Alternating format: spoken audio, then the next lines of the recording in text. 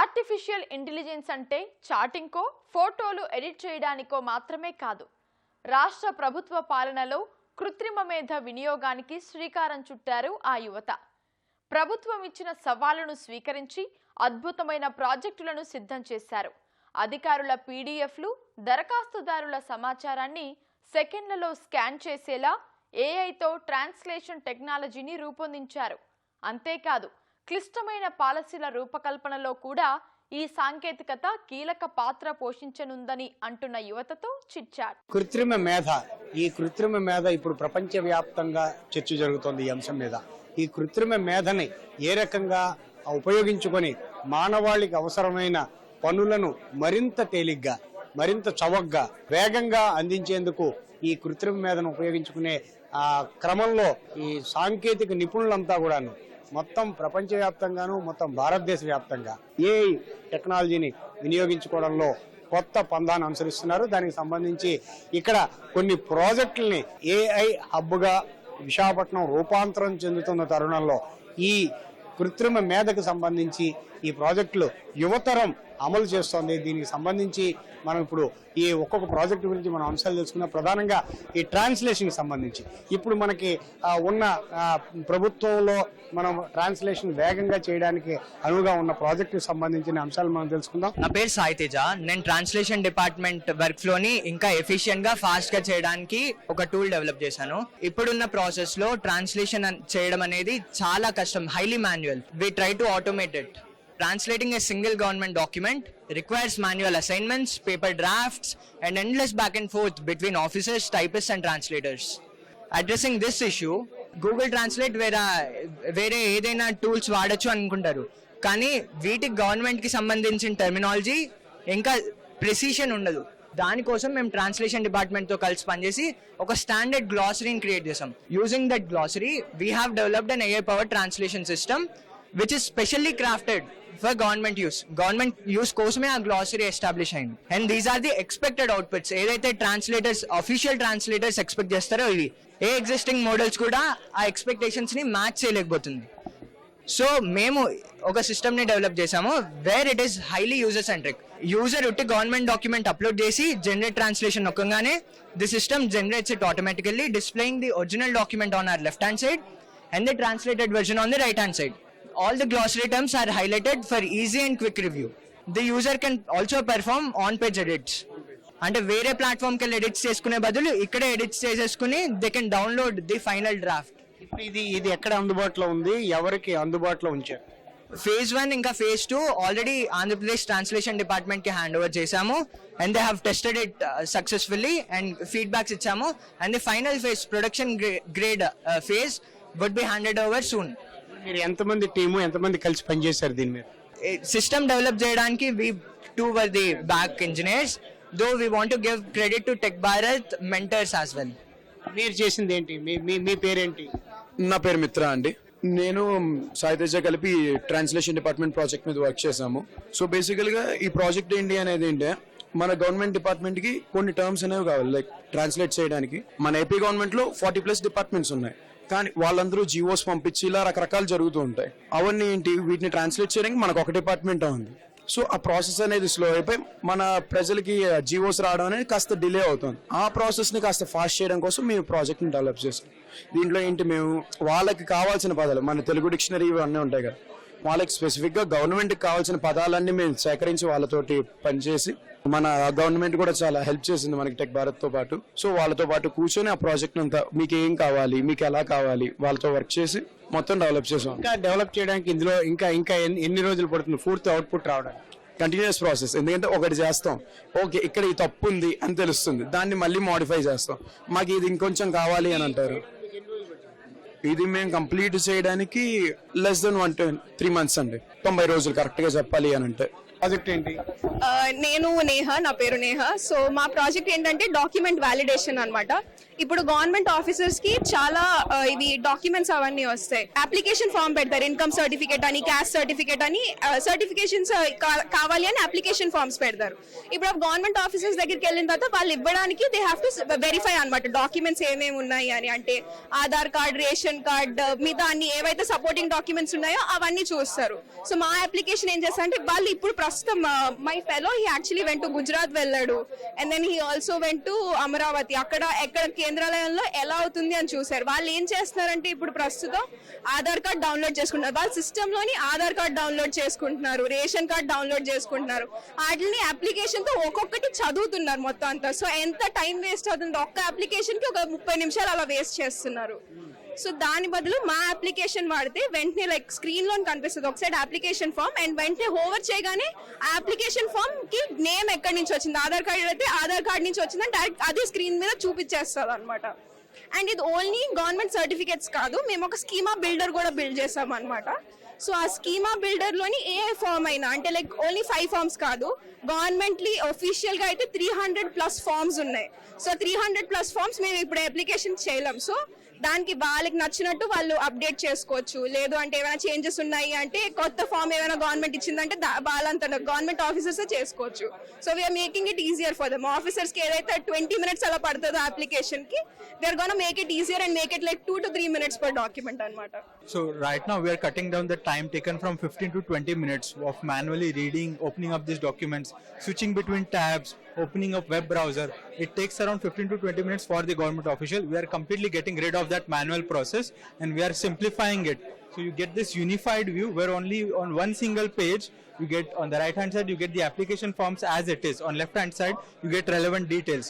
As you open your put your mouse on these relevant details, it will open up on the right hand side, it will be highlighted, and every single validation summary, let's say if a name is being validated by the Aadhaar card or ration card, it will be mentioned there.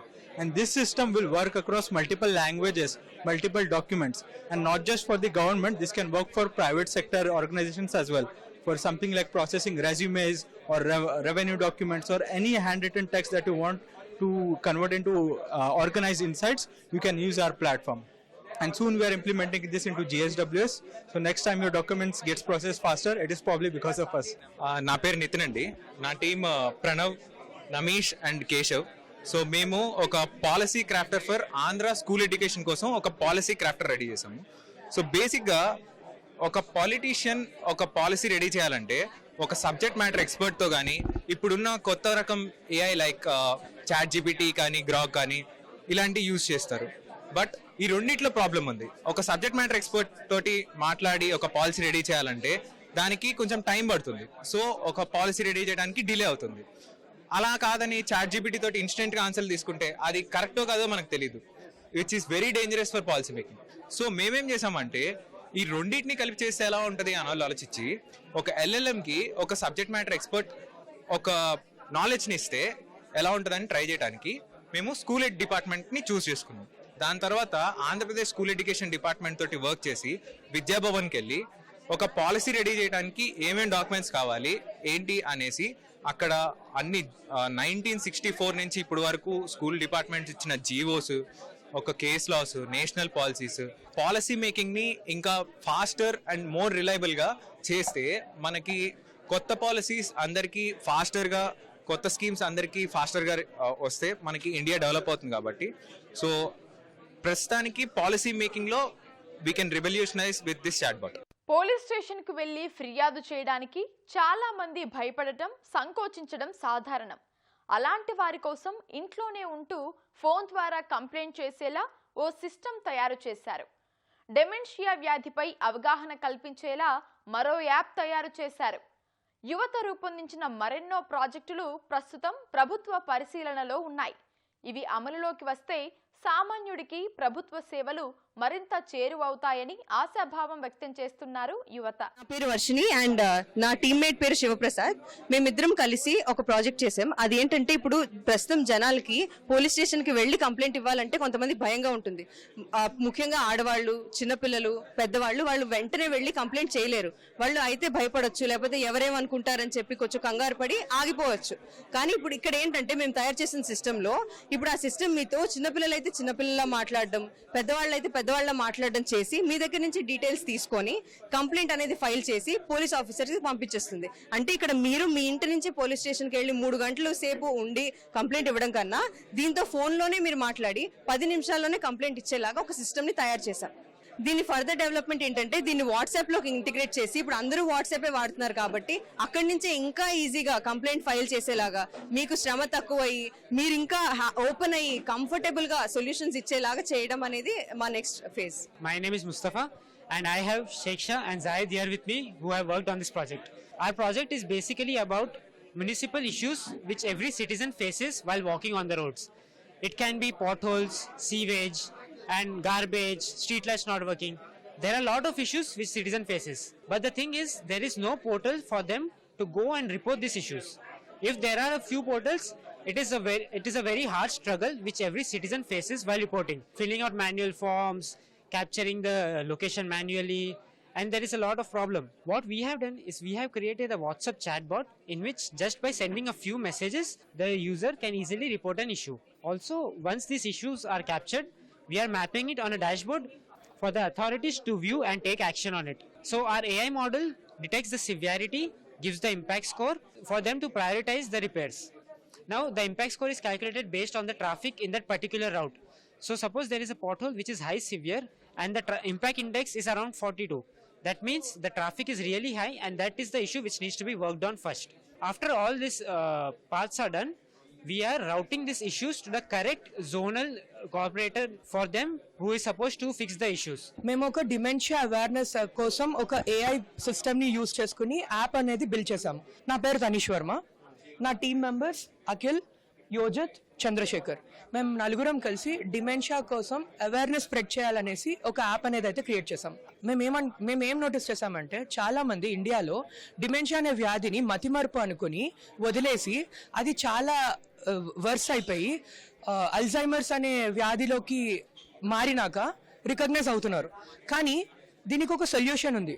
ఒకవేళ దీన్ని మనం చాలా early స్టేజెస్లో కనిపెడితే the deterioration ఏదైతే ఉంటుందో దాన్ని prolong చేయగలచ్చు. Problem ఏంటంటే చాలా మందికి ఈ విషయం తెలీదు. దీనికోసం మేము ఏఐ యూజ్ చేసి అవేర్నెస్ స్ప్రెడ్ చేయడానికి ఒక సొల్యూషన్ అనేది బిల్డ్ చేసాం. దాంతోపాటు మేము ఆల్సో దీనికి సెల్ఫ్ అసెస్మెంట్స్ అనేది క్రియేట్ చేసాం. దీంట్లో ఏమవుతుందంటే గేమ్ లాగా వాళ్ళు ఒక అసెస్మెంట్ అనేది తీసుకుంటారు. దీనివల్ల వాళ్ళకి డిమెన్షియా సైన్స్ ఉన్నాయో లేదో అనేది ఏఐ ద్వారా వాళ్ళకి తెలుస్తుంది. మా ఎయిమ్ ఏంటంటే పబ్లిక్ లెవెల్లో ఎంతమంది కంటే అంతమందికి డిమెన్షియా గురించి తెలిస్తే వాళ్ళ లైఫ్స్ బెటర్ అవ్వడానికి ఫోకస్ చేస్తున్నాం. ఎందుకంటే millions of people right now are living with dementia, but there are many more millions who are still underdiagnosed due to lack of knowledge. So finally ఒక పబ్లిక్ లెవెల్లో ఒక మంచి హెల్త్ కాజ్ కోసం మేము ఇది బిల్డ్ చేసాం. మేము ఏం చేసాము అంటే ఇప్పుడు బేసికలీ ప్రాసెస్ ఏంటంటే ఏపీ డిపార్ట్మెంట్లో ఒక అప్లికేషన్ ఫామ్ ఇస్తే అప్లికేషన్ ఫామ్ తీసుకుంటాము, సపోర్టెడ్ డాక్యుమెంట్స్ తీసుకుంటాం, ఇవన్నీ తీసుకెళ్ళి ఒక డిఏకి తీసుకెళ్ళి అగైన్ వాళ్ళు అక్కడ మాన్యువల్గా ఫిల్ చేస్తారు. సో ఇది ప్రాసెస్. సో ఆ ప్రాసెస్ని మేము ఎలా బెటర్ చేస్తున్నాము అంటే ఒక డిఏ ఏంటంటే బేసికలీ మాన్యువల్లీ ఫిల్ చేస్తున్నాడు కాబట్టి మా అప్లికేషన్ ఏంటంటే డిఏ ప్రాసెస్ని బెటర్ చేస్తుంది, 10 times బెటర్ చేస్తుంది. ఎలా అంటే డాక్యుమెంట్స్ అప్లోడ్ చేస్తాడు, డాక్యుమెంట్స్ అప్లోడ్ చేసిన దానికి మేము ఒక స్ప్లిట్ స్క్రీన్ ప్రొవైడ్ చేస్తాం. స్ప్లిట్ స్క్రీన్ ప్రొవైడ్ చేసినప్పుడు లెఫ్ట్ సైడ్ మాకు అన్ని డాక్యుమెంట్స్ ఉంటాయి, రైట్ సైడ్ ద ఫీల్డ్స్ ఉంటాయి. ఈచ్ ఫీల్డ్ కి మ్యాప్ అవుతుంది. మ్యాప్ అయితే ఈజీగా కనిపెట్టగడుతున్నాడు ఏ ఫీల్డ్ ఎక్కడ మ్యాప్ చేయాలి అని చెప్పి. అంత ప్రాసెస్ అయిపోయిన తర్వాత they'll always be information that has to be given verbally. So అలా అక్కడ సర్వీస్ సెంటర్స్ లో వర్బలీ ఏ ఇన్ఫర్మేషన్ అయితే ఇవ్వాలో మేము చాట్ బాట్ పెట్టాం. చాట్ బాట్ క్వశ్చన్స్ అడిగిద్ది. Again chatbot is bilingual. So different types of questions తెలుగులో కావాలంటే తెలుగులో, ఇంగ్లీష్లో కావాలంటే ఇంగ్లీష్లో అడిగిద్ది. అడిగిన దాని ప్రకారం you can give the answers. So ఒక్కసారి ప్రాసెస్ మొత్తం అయిపోయాక సబ్మిట్ నొక్కితే దిస్ విల్ బికమ్ బెటర్. ఇప్పుడు ప్రస్తుతానికి ప్రాసెస్ ఒక ఫ్యామిలీ మెంబర్ సర్టిఫికేట్ ఫిల్ చేయాలి అంటే ఇట్ విల్ టేక్ 30 minutes. కానీ మా అప్లికేషన్ 3 minutes లో చేస్తుంది. లెస్ దాన్ 3 minutes లో ఆ ప్రాసెస్ ని కంప్లీట్ చేస్తుంది. ప్రస్తుతానికి it is for the DS.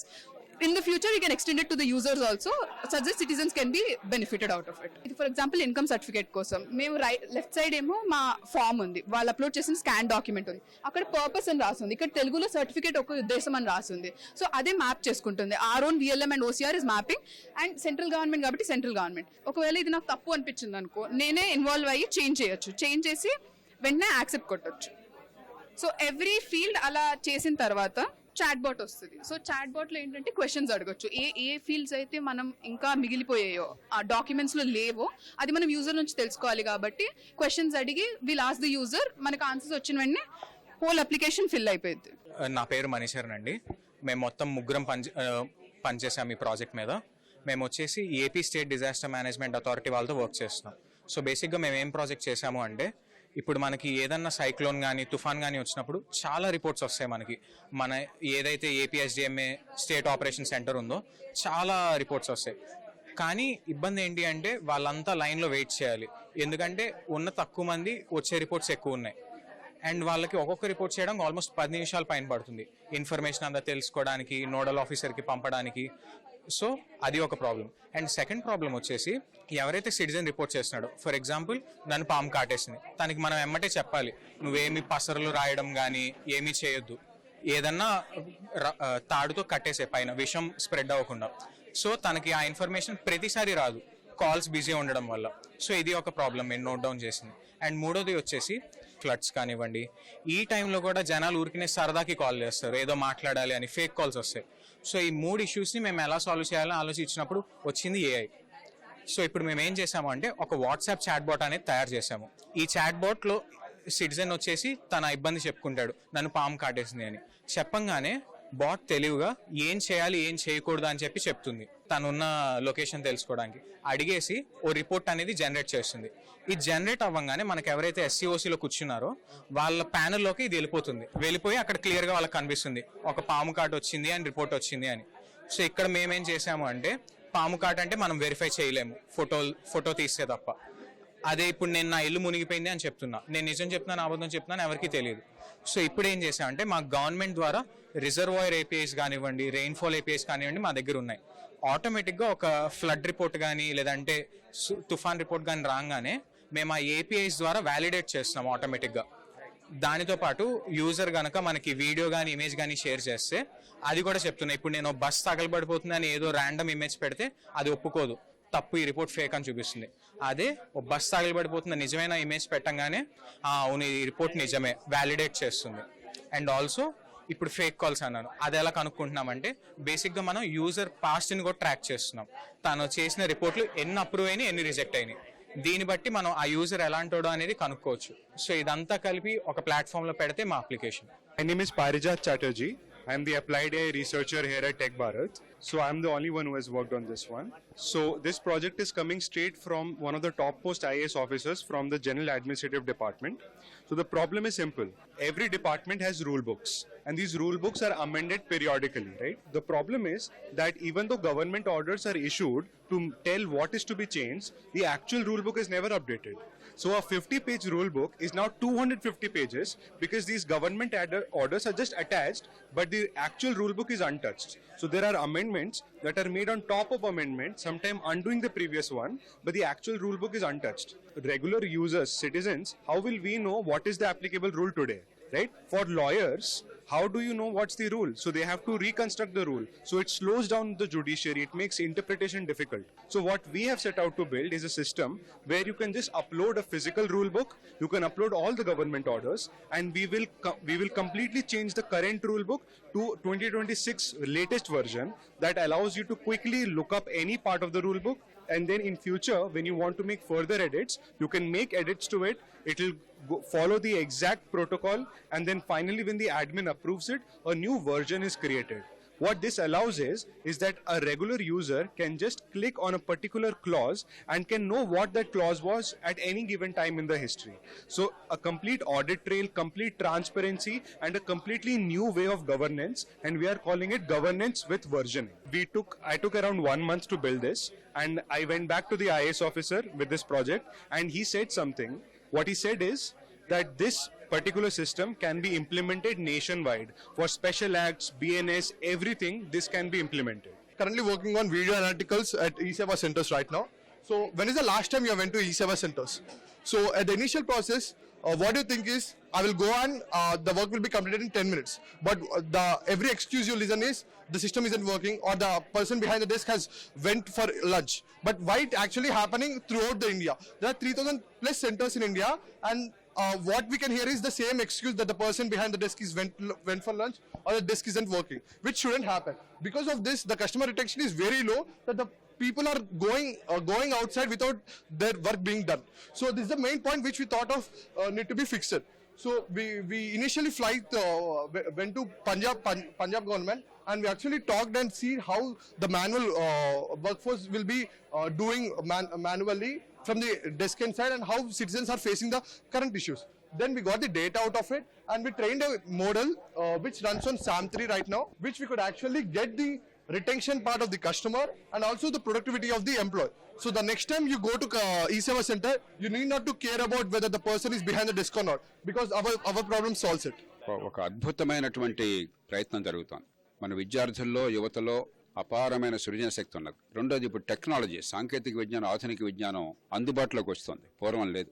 కాబట్టి మన విద్యార్థులంతా కూడా, యువతంతా కూడా సమస్య పరిష్కారంలో భాగం అవుతున్నారు. ఊరికే ఏదో రోడ్డు మీద వచ్చి గొడవ చేయడం, రాస్తారోకాలు కాకుండా పరిష్కారంలో భాగం అవుతున్నారు. రెండోది, వాళ్ళ పరిష్కారంలో భాగం కావడమే కాకుండా పౌరులుగా ప్రభుత్వ వ్యవస్థతో సంపర్కం పెట్టుకుంటున్నారు. దీర్ఘకాలం అది ఉంటే అదొక్కటే దేశంలో మార్పుకి నాంది పలికేది. అప్పుడు మన పరిపాలన యంత్రాంగం బాగుపడుతుంది. కృత్రిమ మేధకు సంబంధించి రాష్ట్ర ప్రభుత్వం అమలు చేయాల్సిన ప్రాజెక్టులు, అలాగే ఇప్పుడు ప్రభుత్వ కార్యకలాపాల్లో సాధారణంగా వస్తున్న ట్రాన్స్లేషన్ దగ్గర నుంచి ఫారాల్ ఫిల్లింగ్ వరకు అన్ని అంశాలని అడ్రస్ చేస్తూ వివిధ ఏఐ ప్రాజెక్టులు ఈ సాంకేతిక నిపుణులైన యువతరం అంతా రూపొందించింది. వీటిని ప్రభుత్వం ఐటీ శాఖ పరిశీలించి ఎంతవరకు వీటిని అడాప్ట్ చేసుకోవాలన్నది వాళ్ళు నిర్ణయించడం జరుగుతుంది. ఎందుకంటే వస్తున్న కొత్త సాంకేతికతను అందిపుచ్చుకోవడమే రాష్ట్ర ప్రభుత్వం లక్ష్యంగా ఈ ప్రాజెక్టులు ఇవ్వడం జరిగింది. శ్రీనివాసరావు, కూర్మరాజు, ఈటీవీ న్యూస్, విశాఖపట్నం.